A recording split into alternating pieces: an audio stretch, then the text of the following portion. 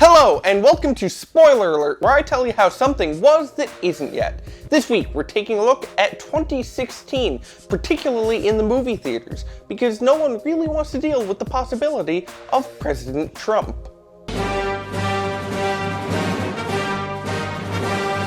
This is going to be a great year for geeky movies. We've got a ton coming out, a few of which weren't even based on comic books, and all of which the Academy of Motion Pictures will look down their noses at. Their absurdly pointy, snide, stuck-up noses.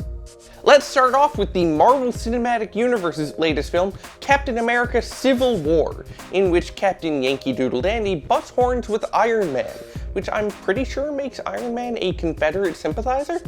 Robert Downey Jr. is on record saying that Iron Man is the antagonist for this film, which makes sense. I mean, he's done enough damage unintentionally the last few movies, it's about time he intentionally fucked up the Avengers. After that, Marvel is coming out with Doctor Strange, the first Marvel movie to admit that it has magic in it, unlike the super advanced civilizations in Thor, or Scarlet Witch's experimental powers, or the Hulk's shorts. You heard me, the Hulk shorts. No science can account for those things staying on. But Marvel isn't the only source of the superhero sauce. Both Fox and DC are coming out with 2 superhero movies each this year, including DC's Batman vs. Superman: Dawn of Justice. Now, in the comics, Batman won this fight, but in the movie, my money's on Superman. I mean, he snapped General Zod's neck. What's he gonna do to a guy in bat PJs? Then DC is throwing even more characters at us with Suicide Squad, including Lollipop Chainsaw's cousin, a Second Amendment enthusiast, and the new Joker, who has traded in his purple suit for something a little more business casual. You know though, I think it's kind of odd to hire someone else as the Joker after everyone loved Heath Ledger in The Dark Knight. I mean, I haven't seen him in any movies lately, he can't be that busy. They should get him back. Fox, meanwhile, is coming out with a solo movie of Deadpool, the Merc with a Mouth, known for being a wisecracking breaker of the fourth wall.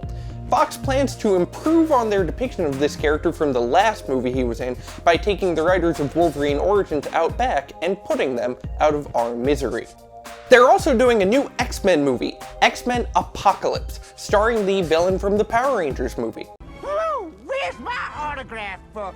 Although, given the fact that this takes place in the 80s, it's still kinda sorta a prequel to the original X-Men movies, so Apocalypse might be a bit of a misnomer. There we go. Comic book movies aren't the only movies coming out for geeks though. There's also Star Trek and another 2016 Star Wars called Rogue One. Yes, that's right, Disney isn't even waiting to see if we like The Force Awakens, they've already got another Star Wars movie in the pipeline. This one tells the story of how the rebellion got their hands on the original Death Star plans, meaning that Disney hasn't learned from George Lucas's mistakes. They're making another Star Wars prequel. Star Trek, on the other hand, has a new movie coming out called Star Trek Beyond, in which the crew of the Enterprise crash lands onto a new, mysterious, and dangerous land.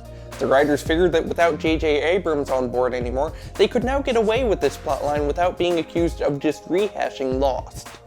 The geekery doesn't stop there though, we've also got 2 new video game movies coming out because the last ones were so good? The first one is Warcraft, which comes with a monthly subscription fee for, you know, nostalgia. The second is Assassin's Creed, in which present-day Callum Lynch enters the Animus to learn from his ancestor, an assassin named Aguilar from 15th century Spain. Like the video games, one of these characters will get our time, attention, and interest, and the other will get ignored like the vestigial plot device that they are. Finally, in December, we're getting a new Harry Potter movie, Fantastic Beasts and Where to Find Them, based on Hagrid's favorite bedtime story. This is also our first glimpse at the American wizarding world, and it takes place in New York, a fact I think we should be grateful for. I mean, there are parts of wizarding America that the world just isn't ready to see. So that's it for this year's Spoiler Alert. Leave us comments down below telling us what else we should review in advance in the new year. And until next time, don't say, I didn't warn you.